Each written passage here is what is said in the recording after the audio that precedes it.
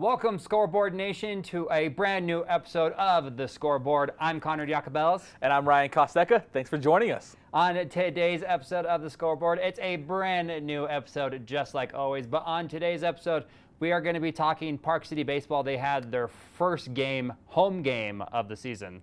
Yes, they did. I mean, it didn't go the way they wanted. Obviously, the result wasn't there. The first couple innings, though, they're hanging with one of the top teams in the state, so it's good to see. They're just looking for that complete game now. We'll deep dive into that in just a little bit. The second segment of the show will be an interview with Kasey Hogg. It was great to talk to Kasey. You know, dual moguls national champion, a Parkite, someone who's really thriving, and definitely a name to watch. Maybe not quite 2022, but definitely in 2026 Winter Olympics. And then Ryan and I will be deep diving into Park City Track and Field and the last bit of the show. But without further ado, let's talk Park City Baseball. As we said, their first home game of the season against Salem Hills. Salem Hills is a very, very, very, very, very, very good baseball team. Unfortunately, Park City did get the loss in this one at a score of 7-2. Yeah, you know, like you just said, Salem Hills is very good. What was I think surprising about Salem Hills is that they don't make any mistakes. They just let other teams beat them. I mean, just have to beat themselves. Baseball is a weird sport because you don't have to be doing anything flashy, which Salem Hills wasn't. They were just playing good ball. I mean, their hits weren't spectacularly hard. It was just in the gaps. They were just hitting it up center. Park City did make a couple mistakes, as we see there. And one thing that I thought was interesting about Park City was Coach Feasler was trying to get the small ball going. And yes. I get why he did that because, we're going to hear from Feasler in a little bit about his thoughts on the game. But in the first couple of innings, Park City Baseball was coming out. They were swinging. They were having a good time. And then it was weird because about the fourth inning, Park City Baseball just kind of fell flat. So Feasler was trying to bring back the small ball. The issue is that the small ball, if you're not getting it down, it's going to hurt you because you're not going to be getting doubles and maybe triples or home runs. Exactly. I mean, the Salem Hills pitcher, he wasn't overpowering by any means. He was consistently hitting his spot. So Feasler thought if we can get the first runner on, we can navigate and move our runners around to get the score. I mean, it's what led them to a 2-1 lead through 3 innings. Mm-hmm. They were up. I mean, they were cruising along. They looked phenomenal. And then all of a sudden they started to fall apart. Kind of like Feasler said, which I'm sure we'll see later on, is that he wasn't too pleased with the last half of the game. He wanted to see that fight, that fire in his team. If they get down a little bit, he wants to see them fight and respond more. And so I think they're very close to doing that. But showing up that they did against Salem Hills, I think it's a great step moving forward. Obviously, they play today, so we'll see how that goes.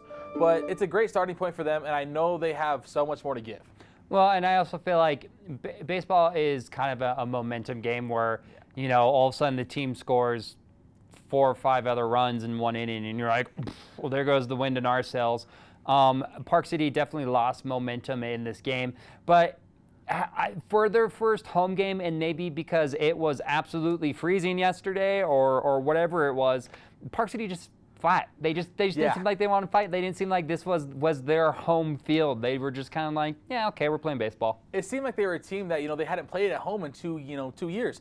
So they finally get this home game. The first couple games, they're overly hyped. They're excited. They're ready to go. They jump out to a lead. And then all of a sudden, you start to temper down a little bit. Salem Hills put together a little bit of a rally, which was huge for them. That put them ahead. Park City never really responded. And the sad thing is about that rally, it really wasn't even Salem Hills doing anything special. Park City hurt themselves with a couple of errors, allowed Salem Hills to get ahead. And at that point, the Miners are playing catch-up and can never really string together a few hits. So let's take a look at our interview with Coach Feasler after the game to see his thoughts and opinions on his team and what Salem Hills is all about.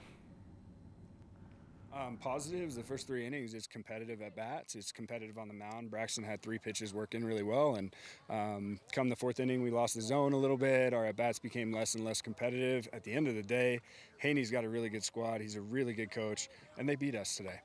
Is there, takeaway? Are there more positives maybe from the negatives take away from this? I think so. And it's the leadership. It's like, hey, this isn't how I want my senior year to go. That's 3 games in a row that we've lost kind of tough. But they'll get it right. I believe in them. So I know we've talked about the senior leadership before and how big they are to the team. Did you see that senior leadership on the field? I mean, to me, it seemed like they were there. They were focused and they were kind of bringing everyone up. I want more. Okay. Yeah, I want more. There's nothing wrong with that at all. Moving forward now, obviously, you hopefully for more home games, where do you want to see this team go from here? I told them after we played Salem and St. George, we can win the region. I still think we can win the region. We're going to have to start getting some wins, right? But at the end of the day, man, it's staying in the fight, and it's whatever RPI we get, we hang in there and we compete with the best teams in the state. For the game, the winning pitcher for Salem Hills was Grant Howard. The losing pitcher was Braxton Lyon.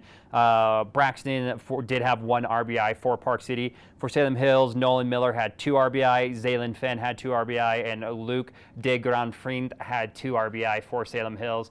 Braxton, as Feasler said, hey, he had some good pitches going. He was hot, in the beginning of the game. He was their, scored 1 of their 2 RBIs for them. So there is some leadership going on in this game. However, hearing names of Lexi and Kellen Dankers kind of quiet, which was interesting to hear because those are their, kind of their senior leadership, their presence. And Kellen and Lexi kind of went quiet throughout the game. What did you think on that, Ryan? I mean, you said it perfectly. I completely agree with that. Right now, Park City, as Feasler said, they've lost 3 close games in a row. They really need to find someone to pick them up. Right now, their top 2 hitters are sophomores. Okay, they need the seniors to step up. They need the seniors to really guide them and show them what they're doing. I think if they do that, they can start to turn the corner and really kind of develop their identity, who they want to be, and see if that takes them far in the postseason. But as Feasler said, he needs more from the seniors. Kellen Dankers, Lexi Hudgens, longtime varsity players, really need to step up among others. If they do so, the future remains bright for the Miners. Park City moves to 6-8 on the season, and they have a huge game against Wasatch coming up that we will definitely be at. So it's going to be Park City versus Wasatch in baseball. It's going to be a big, big rivalry game, not just in terms of the region, but just in terms of bragging rights in the Wasatch. So everybody, that's our look at Park City baseball. We have to take a commercial break, but when we come back, Ryan is going to be talking to Kasey Hogg.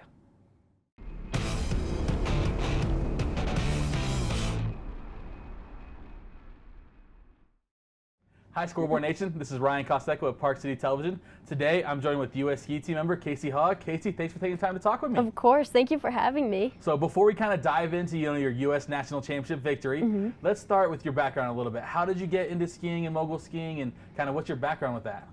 Well, I moved here from New Hampshire about 6 years ago. And in New Hampshire, I'd ski at Killington in Vermont. We'd drive up there every weekend with the family, 2 hours. And my uncle was actually the coach for the ski team there. So basically, he kind of got my family into it, and me and my sister, Maddie, we would go up there, and we joined the program, and we just loved it. Did you know, like, right away that you had this massive passion for it? Is that kind of when you discovered, hey, this is what I want to do? I'd say my first competition I really enjoyed, and then from there, I knew that I wanted to go, like, as far as I could. I had no idea that that would take me to where I am now, but I just knew I wanted to keep doing it. So, I mean, obviously growing up in New Hampshire, skiing at Killington, absolutely incredible. What made the move to Park City for you and Maddie? I mean, I know you both are members of the ski team. What made that happen? We had a big junior national competition out here when I was in 5th grade, I think. And my parents came out, and it was beautiful weather. The course was amazing, and we just had such a good time. And we just all decided we like skiing so much, so why not? So it was just kind of a spur of the moment, hey, we love it here. This is your best opportunity to kind of excel in the sport. Is that kind of how it worked? Yeah. So talk about you and Maddie. I know obviously you guys are best friends. You're 18, she's 20. Yep. You're the younger sister, but you guys compete. You guys do everything together. I know we've spoken throughout the years. What does it mean for you to be competing with someone like her day in and day out? It's pretty cool. I feel like there's not many people that get to do that with their sibling, and especially at the level we are now, the fact that we have moved up every level of skiing together is pretty awesome. And I'd say it's definitely an advantage because having her there is always pushing me, and I'm always pushing her. And I think that's just another aspect that keeps us getting better. Is it, helpful, especially going on the road? I mean, you're traveling throughout the entire world, not just the country, the entire world. Is it helpful having, your sister, your best friend there with you? And what advantage do you think that gives to you guys? It is definitely helpful to have her there because she's the more organized one. So through the airports and all of that, she definitely keeps me in check. And I mean, it gets pretty lonely sometimes when you're on the road for 2 months. Like to have her there is like having family, and it's just like being at home. So if she's the more organized one, what role do you play? I bring some more fun sometimes. Okay. Yeah, I'll like make up dances and stuff like that when we're on the road. Keep everyone entertained. So you kind of keep it light. Yeah. You know, talking with you, it seems like, you know, obviously you love to compete, but it's more about having fun and what you love to do. It's not so much about the medals, you know, and the podium stuff like that. Would you kind of agree that that innate funness, I guess, is more than anything to you? I would definitely agree with that. If I wasn't having fun, I wouldn't want to do it. And I think having fun is what leads to the podiums and the success, because I've noticed on the competitions where I'm a little more stressed or like not having fun that day and too worried, I don't do as well as when I'm just relaxed and having fun with everyone. So moving forward into that, obviously, safe to say you had fun. Yep. You know, at the U.S. National Championships, you took second in moguls, took first place, gold medal in dual moguls. Yep. Talk about that event and kind of what did you see it coming, I guess? I did not see it coming. I mean, the competitions before, I didn't do my best. I feel like I felt a lot of pressure being on the team for the first year. And so going to nationals, I just wanted to put down my best run and see where that would end up. And the fact that it ended up second in singles and first in duals was pretty crazy to me. How much fun was that? I mean, I know, like you said, we talked, you weren't exactly sure what to expect going into the competition. You just wanted to have your best run. Did you, after your best run, did you kind of have an idea of, hey, maybe I can do this. Maybe I could possibly podium? Well, I'd watch the other girls come down, especially the ones, my teammates and stuff, and they all had amazing runs. So I didn't know what to expect until the very end when they announced the results. Well, go ahead. It was pretty cool because my two other teammates were who I got to share the podium with on singles day, so that was also pretty special. What was the feeling for you, like knowing that you took silver, you know, in singles, but you took gold in duals? Is there one you prefer over the other? Honestly, I've never had a win in duals at like a major competition, so for it to be nationals and my first time to win a duals event was pretty special, and I definitely was not expecting that. The silver in singles was already pretty great, and then to go the next day and top off the weekend with that was pretty cool. So for you, as far as career accomplishments, where does this rank for you? I'd say #1. Okay. And especially because I used to ski with Wasatch Freestyle, and they trained at Snowbird, so it was my home course, and all my family and friends and teammates from Wasatch were there, so that was pretty cool too. Well, that was kind of my next question then, going into it. Obviously, you know, you worked with Wasatch. Yeah. Going on Snowbird, was there some sort of familiarity with that, and did that actually help you propel you forward? I was familiar with the course Okay. and like everything, but they changed it to make it more challenging for the nationals competition, so I wouldn't say I was completely comfortable with it. I had to learn it just like all the rest of the athletes, but definitely just being like in a familiar atmosphere helped. So, okay, you're 18 years old. Obviously, we know what's coming up in eight-ish months or so, almost a year, you know, Beijing. Yep. Have you thought about it at all, or do you even have like goals of that, or are you looking further beyond 2026 and such? I mean, I've definitely thought about it. I Okay. think everyone has, but I'm definitely looking past that too. I have a lot of long-term goals, and I mean, I just made the team last year, and there's so many amazing girls on this team, so it would definitely be a challenge to get there, but it's always a goal in the back of my mind, and I'll just keep working and doing what I'm doing and see what happens next year. Is it maybe one of those things where, hey, you know, 2022 might not happen, but the experience of going through Olympic trials, Olympic qualifying is going to really benefit you? Is that kind of how you're approaching it? Yeah, I think that being on the U.S. team during an Olympic year is already pretty cool in itself, to experience that, and whoever does get to go, to cheer them on, and if it's you, then it's great too. Awesome. Well, hey, you know, we really appreciate you taking the time to talk to us. Thank you so much. We'll be following along, hopefully for 2022, but you know, there's definitely a bright future for you. Well, thank you for having me. Of course. Very nice. This is Ryan Kostecka. With Park City Television. Thank you for joining us. We're going to cut to a short commercial break, and we'll be back right after this.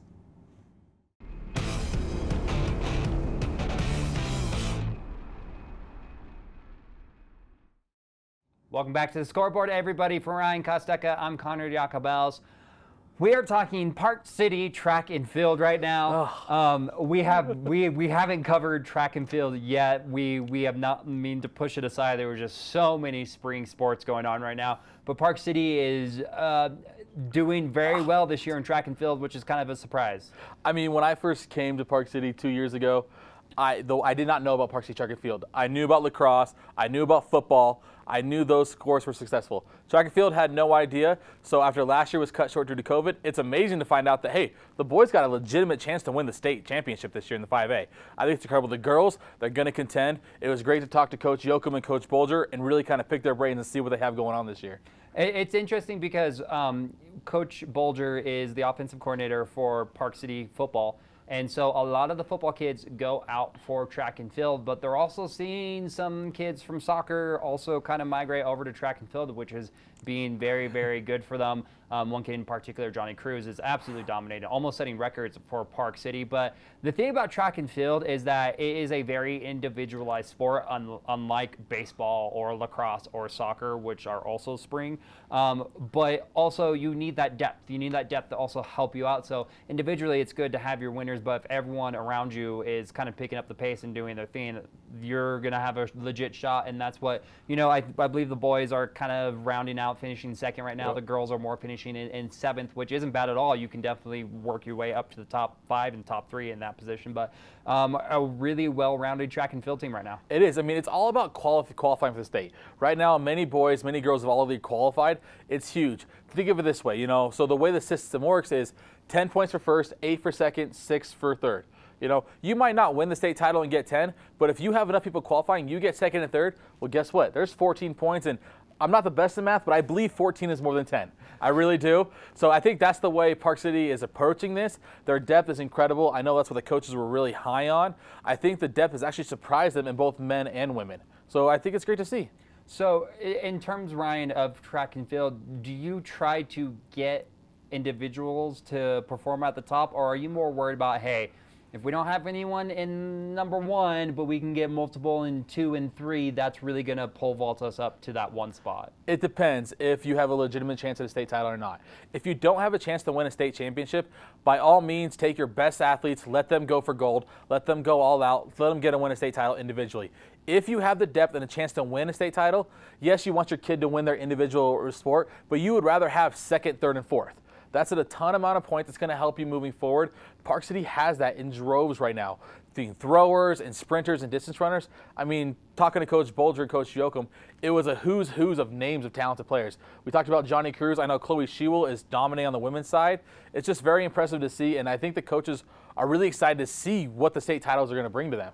How surprised are you about track and field right now? Because let's be honest, Park City is a lacrosse school. They have lacrosse at the same time as track and field. A lot of kids are going to go out for lacrosse. There's also soccer, which is another big sport at the same time in the spring.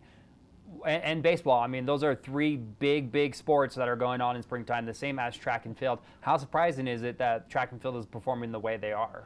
Honestly, it's very surprising. I really didn't know much about it. I think it's great to see, like you talked about, boys soccer, kind of dominates Park City in the spring. Welcome Johnny Cruz. I know we'll get to him in a little bit, but hearing the stories of Johnny Cruz is already kind of legendary considering what he's done so far in the season in his first season at track and field. It's a who's who of football players. You have Jesse Owens out there, Coco Lukrich dominating the throws. I know Luke McCurdy is really up and coming. They have the sprinters, Kirby Bain, Seth Warner, Tron Griselle, Carson Tabarachi. I'm sure I'm missing names, obviously. Well, those are a lot of football names, They're all football names, though. These are football athletes who are thriving in track and field. And I think it's a philosophy that Park City has, especially with football, and Coach Monzingo, is he wants his kids doing more sports. He doesn't want them focusing on just football, wants them to compete in other sports. They've really taken to track and field because it helps them there. And I think they're really seeing the benefits of that now at track and field as happening. One name that, we briefly mentioned was Chloe Shewell. She is absolutely dominating for the girls' side. And in fact, let's hear from Coach Bolger right now to hear on his thoughts and opinions on the season, but also specifically on Chloe. Yeah, we've had a really good start to the season. We just had our Pineview Invitational last weekend. We ended up getting 3rd overall, which was awesome. Our boys took 4th, girls took I think 7th, but it's the most points we've scored as a team in 15 plus years. So our boys team's super strong this year. Girls have a couple really good competitors, especially young group freshmen, and it's been a lot of fun. We spoke a little bit about Chloe earlier. What makes her so special? I mean, I know she's tiny, but she's extremely dynamic. She's an athlete all the way around. What to you makes her so special? I mean, she'll put the work in. Dave will be the first one to tell you as well. She's the last one in the weight room, first one on the track. She just wants to work hard. And she's the girl, literally, we had her run the 1 and the 2 the first meet. The next meet, she ran the 4 and the 8. Like, she'll do it all. She's just a champ. She's got it all. It's surprising to hear because, as you both said, Chloe's a tiny girl, but she's the first one in the weight room. She's the last one out of the weight room, and she's dominating. And she's dominating, I think, out of likes that Park City really hasn't seen before for girls track. Yep. I mean, I first got to know Chloe 2 years ago when she played soccer as a sophomore for Michaela Carriel, the former head coach. Michaela, a tough cookie, a very, very strong woman. Very, very positive things to say about Chloe, and just how bright she was, just how dynamic she was, how athletic she was, and how aggressive she was. And now you're seeing that as Chloe's matured. It's been great to see, but like we talked about, it's not just Chloe though. I mean, Johnny Cruz is another name that people need to know about, that's for sure. So speaking of Johnny Cruz, why don't we hear from Coach Yoakum on his thoughts on Johnny Cruz and how well he's been doing this season? Johnny is a first-year track and field athlete. Played football until I believe freshman year, and then switched over to soccer. And kids have been trying to get him to run for all 4 years. Finally came out this year, and within our first practice, we were like, "Where's this kid been?" Great speed, blessed with great endurance as well. Very shocking. He's not a big kid, probably 5'7", 140 pounds maybe, but extremely talented. He's getting looks at D1 schools. Not a lot of D1 schools or schools in general have a lot of money for next year. But if he can get into the 48s, which is where we're planning him to be, he'll get picked up. Yeah. And he's a great kid, a great student, just, a joy to have on the team. So we're talking about Johnny so much because he almost set a record for Park City.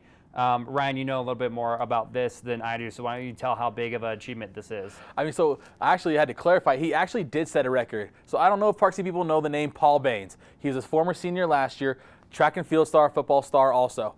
He is now running at the University of Notre Dame. Okay, he's on a track and field scholarship, one of the premier programs in the country. He's a 400-meter specialist. He ran the ACC championships, both indoor and outdoor. Absolutely dominating there. Really good to see actually as a freshman. Johnny Cruz came in and broke his record. Basically broke his 400-meter indoor record. First time running it, went out there and shattered it.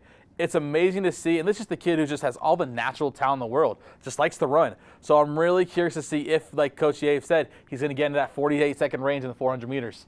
So as we're seeing, Park City track and field is being absolutely dominant this season, both boys and girls side, and we will continue to bring you updates as soon as more and more come and they have all their events. Park City is kind of doing well overall this whole spring season. That's going to do it for this episode of The Scoreboard. For Ryan Kostecka, I've been Conrad Iacobellis. Make sure you tune into a brand new episode on Friday at 6 p.m. and 11 p.m. and of course reruns every Saturday and Sunday at 7 a.m. and 12 p.m. Until next time, guys, we'll see you next.